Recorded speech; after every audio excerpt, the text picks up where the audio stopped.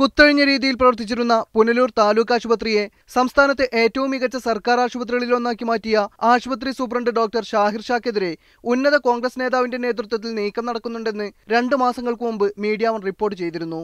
സ്വകാര്യ ആശുപത്രിയുടെ ഉടമ കൂടിയായ ഈ കോൺഗ്രസ് നേതാവിനെതിരെ തന്നെയാണ് സൂപ്രണ്ടിനെ സ്ഥലം മാറ്റിയ സംഭവത്തിലും ആരോപണമുയരുന്നത്.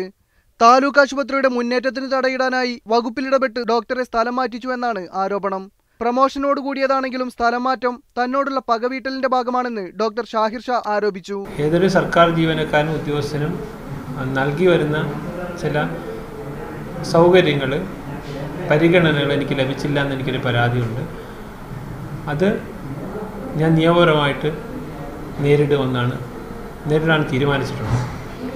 ആശുപത്രിയിൽ ഉന്നത നിലവാരത്തിലുള്ള ഓപ്പറേഷൻ തിയേറ്റർ അടക്കമുള്ളവയുടെ നിർമ്മാണ പ്രവർത്തനം പുരോഗമിക്കുന്നതിനാൽ പ്രമോഷൻ നീട്ടണമെന്ന് ഡോക്ടർ ഷാഹിർ ഷാ നേരത്തെ രേഖാമൂലം ആവശ്യപ്പെട്ടിരുന്നു. ഇത് കണക്കിലെടുക്കാതെ വന്ന സ്ഥലമാറ്റത്തിനെതിരെ വ്യാപക പ്രതിഷേധമാണ് ഉയരുന്നത്. സംഭവത്തിൽ പ്രതിഷേധിച്ച് ആദിവാസികൾ നാളെ പുനലൂരിൽ ധർണ സംഘടിപ്പിക്കും. ശ്യാമാർ ബാബു, മീഡിയ വൺ, കൊല്ലം.